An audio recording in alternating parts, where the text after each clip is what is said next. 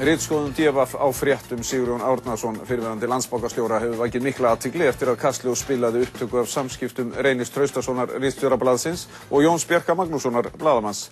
Ritstjóra DFF ætla ekki að hætta þrátt fyrir að þeir hafi stöðvað frétt vegna óviðeigandi afskipta valdamanna af ritstjórn blaðsins og ósanninda sem þeir eru berir að í yfirlýsingu til almennings. Við fjöllum þetta eftir augnablik, en áður en við ræðum við þau Þóru Kristínu Ásgeirsdóttur, varaformann Blaðamannafélagsins, og Mikael Torfason, fyrrverandi ritstjóra DFF, skulum við rifja upp það sem Reynir sagði á upptökunni og fara við þær hræringar sem voru á dagblaðamarkaði þegar orðin féllu. Sigmar tekur nú við. Kastljós birti í gærkvöldi upptöku frá samtali Reynis Traustasonar, ritstjóra DFF, og Jóns Bjarka Magnússonar, fyrrverandi blaðamanns DFF. Fyrrum daginn höfðu ritstjórar DFF, feðgarnir Reynir og Jón Trausti, sent frá sér yfirlýsingu þar sem því var vísað á bug að DFF hafi stöðvað frétti Jóns Bjarka Sigurjón Árnason, fyrrverandi Landsbankastjóra, vegna hótana valdsmanna.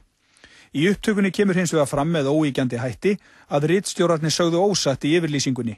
Við skulum heyra brot úr upptökunni. Við stóðum bara andspænis þessum hroðalegu örlögum að keyra á þessu. Þessi að pakka saman, sko. Af því okkur ógnaði einhvers staðar af stigi.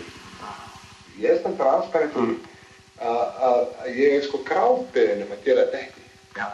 Af því að við náttúrulega félagið að skipta með eigendur og það var bara komið í háa.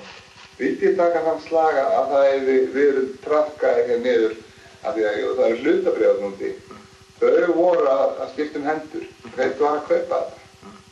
Og vildi ég ógna sko allir okkar tilvist fyrir þetta mál. En þetta land, ég menn þetta þannig land að það var hótað að loka, það var hótað að stöðva prentið DFF sem að Björgólfur Guðmundsson á prentinu. Og ég svo sem ekkert nájar yfir því, ég er bara besti að því að hann við munum taka niður og þá það allt miklu einhverjum að það svo margir áhrifavaldar á lífum. Björgólfur Guðmundsson. Með annars vegar í bréfunum. Hins vegar sko prentun á blaðinu. Og meðan hann er með eitthvað lífsmarkið með honum, hann mun að reyna að drepa. Þetta samtal Jóns Bjarka og Reynis er frá því 12. nóvember. Það leyti voru miklar hræringar á dagblaðamarkaðnum. Þann 4. nóvember, 2 dögum áður en fréttunum Sigurjón var stöðvuð af Reyni, hafði Hreinn Loftsson keypt útgáfufélagið Birting sem gefur út DFF af stoðum sem Jón Ásgeir Jóhannesson átti stærstan hluta í. 5 dögum áður en fréttin var stöðvuð, þann 1. nóvember, hafði svo Jón Ásgeir keypt út úr 365 helstu fjölmiðlafélagsins, meðal annars Stöð 2 og Fréttablaðið, og setti nýtt félag sem kallað var Rauðsól. Fram hefur komið að Jón Ásgeir yfirtók skuldir og borgaði 1,5 milljarð fyrir, en að auki voru skuldir skildar eftir í gamla félaginu. Á sama tíma var Árvakur, sem á Morgunblaðið og prentsmiðjuna sem prentar DFF, í miklum fjárhagsvanda. Björgólfur Guðmundsson átti á þessum tíma stærstan hluta í Árvakri, en fyrirhuguð var sameining Árvakurs og Fréttablaðsins, sem hefur ekki enn gengið í gegn. Ljóst er að hagsmunir Árvakurs og DFF lágu saman í gegnum prentsmiðjuna á þeim tíma sem Reynir tala við Jón Bjarka. Reynir vísar til þess þegar hann segir: En þetta land, ég menn þetta þannig land að það var hótað að loka, það var hótað að stöðva prentið DFF sem að Björgólfur Guðmundsson á prentinu. Forstjóri Árvakurs, Einar Sigurðsson, vildi ekki koma í viðtal vegna þessa en sagði þó: Árvakur ræðir ekki málefni einstakra viðskiptavina félagsins opinberlega, en ég get fullvissað fólk að í tilviki Birtings, útgáfufélags DFF, hefur Árvakur og prentfyrirtæki hans Landsprent í einu og öllu eingöngu fylgt viðskiptalegum sjónarmiðum í samskiptum. Elín G. Ragnarsdóttir, framkvæmdastjóri Birtings, vildi ekki tjá sig samskipti Birtings og prentsmiðjunar þegar eftir því var leitað í dag. Björgólfur Guðmundsson svarar orðum Reynis með yfirlýsingu í dag. Hann hafnar því að haft hafi verið afskipti af birtingu fréttarinnar og segir að samstarf hans og Sigurjóns Árnasonar hafi verið lokið þegar fréttin var stöðvuð. Þá segir Björgólfur að hann hafi ekki verið í neinni aðstöðu til að hafa áhrif á blaðið. Þá kallar Björgólfur eftir skýringum Reynis og DFF á þessum orðum. Ég er bara besti að því að hann við munum taka niður og þá það allt miklu einhverjum að... Björgólfur segir að Reynir hljóti við fyrsta tækifæri að skýra út þessa ritstjórnarstefnu blaðsins fyrir lesendum sínum og þá upplýsa jafnframt hvort það séu fleiri djöflar sem þurfa að taka niður og blaðið pönkist á. Reynir Traustason hefur ekki viljað tjá sig nánar málið við Kastljós í dag. Kastljós hefur í dag reynt að fá upplýst hvort það sé rétt að Björgólfur Guðmundsson eigi veð í hlutabréfum Birtings líkt og Reynir fullyrðir. Því hins vegar alfarið vísað á bug af talsmanni Björgólfs að hann eigi veð eða kröfur á hendur DFF eða útgáfufélagi þess. Kastljós hefur ítrekað reynt að fá upplýsingar málið í dag frá Hreini Loftssyni, eiganda Birtings, og Sigurjóni Árnasyni, fyrrverandi bankastjóra Landsbankans, en þeir hafa ekki svarað. Þá vakti mbl.is athygli á því í morgun að DFF hefur breytt leiðara sínum sem Jón Trausti Reynisson skrifaði þetta mál og blaðamanninn Jón Bjarka Magnússon. Í netútgáfu blaðsins var búið að bæta setningum við leiðarann sem birtist í prentútgáfunni og fella aðrar setningar út. Bloggarinn Stefán Pálsson bendir svo á þá heimasíðu sinni í dag að hinni breyttu netútgáfu hafi svo aftur verið breytt þegar setning var felld út. Samkvæmt þessu hefur Jón Trausti skrifað 3 útgáfur af einum og sama leiðaranum sem í öllum tilvikum ber sömu fyrirsögn. Á vefsíðu DFF stendur að vegna mistaka hafi röng útgáfa birst af leiðara dagsins á netinu. Þóra, Kristín og Mikael, verið velkomin. Rétt að segja frá því að Valur Grettisson, blaðamaður DFF, hefur hætt störfum vegna þessa máls. Fleiri munu vera að íhuga stöðu sína. Þóra Kristín, geta ritstjórnir setið áfram eftir þetta? Já, nú ekki mitt að dæmi það. Reynir Traustason vetur sína stöðu greinilega þannig að hann geti setið áfram. Og í þessari yfirlýsingu sem kom frá honum núna áðan að þá biður hann eigendur og hlutaeigandi auðmenn afsökunar. Og síðan segist að njóta fulls traust eigenda og ég svolítið hissa á blaðamanninum Reyni Traustasyni sem að ég þekki nú að telja að hans traust sé fyrst og fremst við eigendur blaðsins og einhverja auðmenn út í bæ sem hann kann að hafa farið einhverjum vondum orðum á þessari upptöku. Hann þarf auðvitað að biðja lesendur sína afsökunar. Og hann þarf að biðja blaðamennina afsökunar á DFF sem að bökkuð hann upp í þessu máli í gær óavitandi það að hann var að ljúga og hann þarf að biðja viðkomandi blaðamann afsökunar sem að hann bar röngum sökum í gær og birti þessa upptöku og var að mínu áliti í fullum rétti til að gera það vegna þess að Reynir gerði lítið úr honum og lítið úr hans blaðamennsku ferli, hversu langur eða stuttur hann kann að vera. Hvað segir þú, Mikael? Geta þeir setið áfram Jón Trausti og Reynir eftir þetta? Ég veit það ekki. Fyrst og fremst mál Reynis kannski, en þó að Jón Trausti hafi svona dregist inn í það með þessum leiðara og hvað. En fyrir mér er þetta svona aðskilmál. Það er ekkert athugavert að ritstjórir blaðsins í þessu tilviki hafa einhverja efasemdir einhverja frétt sem að þeim telja að vera komið fram á eiginu áður þennan Sigurjón Þ. Árnason og vil ég bíða með hann eða eitthvað skilur, það er bara að þetta var nú komið fram áður, ég hafði lesið þetta á eiginu sjálfur og síðan er svona aðskilmál þessar undarlegu fabuleringar hans við þennan blaðamann sem hann tekur upp og birtist og svona eftir það þá Reynir getur náttúrulega bara setið eins og hann vill og meðan að eigendurnir vilja hafa hann í vinnu þá mín vegna og en ég sjálfur örugglega bara hætt til að venda blaðið og þannig að blaðamenn eins og Valur og hugsanlega aðrir færu ekki að hætta einhvern veginn undan mér það er svona en Reynir er svona baráttu í axl og togar í axl og var skipstjóri og hann tekur bara vindinn í fangið og ætlar bara að berjast og hann mun örugglega að reyna að koma dallinum í land sama hvað það kostar Já, en að því að nú kannski snýst ekki bara þessa grein, þetta snýst líka það að þeir senda frá sér yfirlýsingu Jón Trausti og Reynir sem er ósönn. Það eru upplýsingar í henni. Þeir eru bara skrökvað almenningi. Þeir sendu frá sér yfirlýsingu þar sem að geta þeir ritstýrt blaði. Já, ég hefði haldið allavega að þeir gætu það ekki án þess að biðja lesendur, starf ritstjóra byggir auðvitað á trúnaði við lesendur blaðsins. Og þeir þurfa að biðja lesendur sína afsökunar á því að hafa gefið rangar upplýsingar viðkomandi atvik.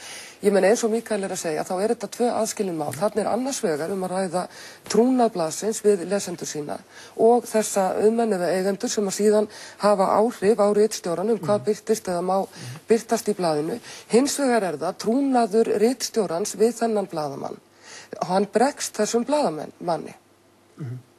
Hann í rauninni segir hann ósatt, gerir lítið úr hans ferli og hann þarf augljóslega að biðja hann afsökunar og hann þarf að biðja blaðamenn á DFF sem að bökkuð hann upp í þessu máli öllu afsökunar. Og þetta hefði ekki þurft að, ef hann hefði bara hætt í gæri eða eitthvað, sem maður hefði hugsanlega íkvað sjálfur, þá er hann búinn að draga svolítið sig og draga þá feðgana, Jón Trausti og Reyni, báðir einhvern veginn komnir inn í eitthvað sko, eru í einhverjum sko drullu slag sko sem er einhvern veginn ekki hægt að vinna eða hægt að koma vel út úr nema og einhvern veginn sýnir einhverju auðmýkt en mér sýnir samkvæmt þessi yfirlýsingu og hann er bara Já, Reynir virðist algjörlega heillum horfinn. Hann talar yfirlýsingu í dag að yfirlýsing hans frá því í gær hafi verið ónákvæm. Þeir sem hafa heyrt þessa segulbandsupptöku eða hljóðupptöku, þeir náttúrulega fara ekkert í grafgötur það að yfirlýsing hans í gær var ekkert bara ónákvæm, hún var bara hrein og klár lygi og lítilsvirðing við þennan blaðamann. Og á því verður Reynir að biðjast afsökunar og mér er alveg sama hvort hann situr áfram sem ritstjóri, það er ekki mitt mál eftir það. Og blaðamaðurinn Reynir Traustason er svo sem vel verður til þess en ég undrast, ég hef áhyggjur af þessu viðhorfi til blaðamennskunar, þessu viðhorfi til hvar hans trúnaður liggur, hvort hann liggur við lesendur og blaðamennina sína eða hvort hann liggur við viðkomandi auðmenn.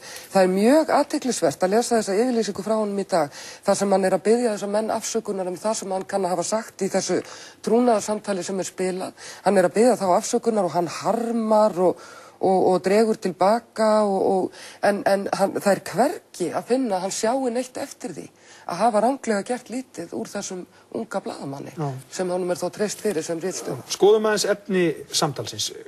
Hvernig lest þú í þetta allt saman sem að Reynir er að segja þarna? Það er nú margt svo sem kemur þarna fram og hérna það er mikið talað um Björgól og það er talað um Reyn og eigendur og allt þetta. Hvernig lest þú þetta? Mér finnst bara einhver maður vera að hugsa upp á. Mér finnst þess að alla það sem ég þekki á Reyni og nú er ég bara að lesa í þetta og þetta er ekkert sem ég veit eða neitt, þannig að það fannst mér svona þegar ég heyrði þetta og var að horfa á þetta í Kastljósi í gær og fannst mér þetta eins og bara að þetta væri í rauninni bara eitthvað bull bara í honum sko. Sigurður Þ. Árnason, einhver hefur kannski hringt inn og kvartað yfir eitthvað frétt og kannski var hann átt í einhver umræðu við það, við einhver aðra aðila sko, svona ótengda stóra aðila í samfélaginu þessa frétt. Og þá er það ekkert óeðlilegt í sjálfu sér að fólk sem er einhvern veginn í fréttum að það hringi og vilji ræða við sko ritstjórann og blaðamanninn og sé að kvarta og vilji fá einhvern veginn að njóta sannmælis og ekkert athugavert við það og síðan geta menn tekið afstöðu en þarna í þessum samræðum heyrist manni svona eins og hann sé bara eitthvað fabúlera sko og hafi svona hallað sér aftur og bara, þú veist, verið að segja svona hitt á þetta. Þetta er svona hljómaði þannig. Gera sér svolítið stóran svona í augum blaðamannsins kannski. Já, og svona aðeins að lesa yfir einhverjum 24 ára strákling sem hefur litla reynslu og svona og strákur hefur eitthvað svona undarlegar Nixon-fatir að vilja taka upp samtölu sem hann á við fólk sem eru náttúrulega sem ég myndi ekki venja mig á svona í prívatlífinu ef ég var hann sko. Já, ég myndi alveg hiklaust núna og það gengur núna sem saga bæinn ef þú ferði í einkasamtal við Þorgerði Katrínu eða Reynir Traustason aldrei að gera það nema að með þér upptökutæki. Já, meina það. Allavega ekki að við blaðum. Já, en þetta sem Reynir er að segja þarna, hvernig sló það þig? Meina, þetta sem Reynir er að segja meinar í þessu einkasamtali við hennar strák. Sko, það er náttúrulega mikil. Ég er ósammála, ég vil taka það fram fyrst, ég er ósammála Mikaeli því að þessi frétt hafi ekki skipt máli. Það er mikil eftirspurn, fólk þarna er mjög tortryggið út í hvernig er haldið á þessum málum með gömlu bankana sem að starfa áfram og nýju bankana sem að starfa í rauninni við hlið gömlu bankana og að það séu menn inn í gömlu bankunum að véla lán og annað við gömlu skuldunautan og þar kannski fara þessi stóru hlutir fram sem fólk hefur áhyggjur af. Það gekk þessi saga Sigurjón Árnason og þetta kemur á blogginu og blogg er ekki sama og frétt. Eyjan á hann að vera svona... Já, Eyjan er fréttavefur og bloggátt. Ég sagði bara að það var í lagi að eitthvað hringi. En þarna er strákurinn eða blaðamaðurinn búinn að setja þetta upp í frétt. Hann er búinn að tala við Sigurjón Árnason sem að vonast eftir verkefnum frá Landsbankanum. Og þetta er auðvitað kjúrjósa fyrir þá. Þetta er kannski ekki stóra skúpið. Ég get alveg verið sammála þarna Reyni það. Mér skildist hann hefði sagt að einhvers staðar hann vildi frekar að stórt skúp þarna færi með hann í gröfina heldur en eitthvað annað. En þetta er kannski ekki stóra skúpið. Skiptir máli inn í þessa umræðu, hún kemur greinilega á viðkvæmum tímapunkti þar sem eru þessi samningaviðræður út af Rauðsól sem að beinlínis hefur verið sagt að Sigurjón Árnason hafi verið gerandi í fyrir hand bankans. Svo sem ekki verið staðfest neins staðar, eitthvað? Nei, það hefur ekki verið staðfest neins staðar en þetta rennir náttúrulega einhvers konar, ég meina maður ímynda sér að enn frekar að hann hafi verið gerandi í þessu úr því að það var svona ofboðslega viðkvæmt fyrir blaðið að vera að segja fréttir af Sigurjóni Árnasyni meðan þetta var alltaf gangið gegn. Við munum taka hann niður segir Reynir Björgólf. Hvers konar ummæli eru þetta frá ritstjóra til? Bara svona stórkallalæti eitthvað, sko. Ég átta mig ekki á því. Er hann að endur einhverju ritstjórnarstefnu þarna, heldur? Ég einhvern veginn stór eða skilur að nokkuð maður þarna inni á DFF sé að vinna eftir eitthvað svona, sko. Og það sé bara eitthvað sagt í einhverjum hitaleiksins við að slá sig við eitthvað 24 strák, sko. Það er mjög það stendst náttúrulega valla, það standast maður þarf að vera rosalega grandvar og orðvar, sko, ef maður, þetta náttúrulega undarlega samræður sem maður á við hennar strák og allt það, en maður stendur náttúrulega kannski ekki alltaf skoðun ef að vera tekið upp allt sem maður segði, sko. Við erum bæði að vanda okkur hérna því við erum í sjónvarpi, við erum ekki bara, þú veist, bara eitthvað eins og við hittust við í bjór eða hittust inn á okkur skrifstofu, þá náttúrulega kannski væri meiri læti í okkur eða eitthvað, sko. Maður náttúrulega vil koma vel fyrir og svona, og þarna vitum það greinilega ekki og við vitum líka inn á ritstjórnum, þá er ákveðin talsmáti og það veist þú líka sem mig. Það er ákveðin talsmáti þar sem að fólk er svona, það er svona galgopalegur talsmáti og hann á kannski ekkert alltaf við. Ég held að þetta megi nú kannski skrifa á þann reikning frekar. En ég, Reynir Traustason að mínum mati ásamt að biðjast afsökunar í þessu máli og ekki þessa eigendur eða auðmenn. Hann getur gert það prívat. Okkur kemur það ekki við. Og síðan skadar þetta náttúrulega, það er svo mikill hiti í samfélaginu, gagvart fjölmiðlum og gagvart öllu, þannig að þetta skadar náttúrulega marga aðra sem bara er að reyna að vinna vinnuna sína. Þetta skadar trúverðugleika fjölmiðla og fólk er mjög skeptísk á allt sem það heyrir og einhvern veginn og sérstaklega er að vera að tala sko, þú veist, jú, ég meina vissulega áhugaverð frétt með þessi að vinna, ég hafði lesið þetta eigin að vissu, en þú veist, en samt er þetta ekkert merkileg frétt, skilju, ef það er verið að stinga þess undir stól, þá er nú ekki verið, maður heldur að þetta er ekki mjög stórt mál, sko, í þarna séð, sko, þess að hann var ekki komið með verkefni á Landsbankanum, en hann hefði ekki, ég sá ekkert voðalega sláandi við þetta þegar ég las fréttina sér. Við sjáum hvernig þetta mál þróast, ég þakka kærlega fyrir að koma. Takk. Reynir Traustason var ekki tilbúinn að koma í Kastljós í kvöld en sendi síðdegis frá sér yfirlýsingu þar sem segir meðal annars að 2 manna trúnaðarsamtal sé varhugaverð heimild og bætir svo við að hver og einn eigi rétt á leiðréttingu orða sinna. Kastljós virti slík sjónarmið að vettugi og hér var því að ræða alvarlegt brot gegn persónufriðhelgi minni, segir Reynir í þessari yfirlýsingu. Þess ber að geta að Kastljós bauð Reynir að tjá sig þetta máli í þættinum í gærkvöld en hann þáði það ekki.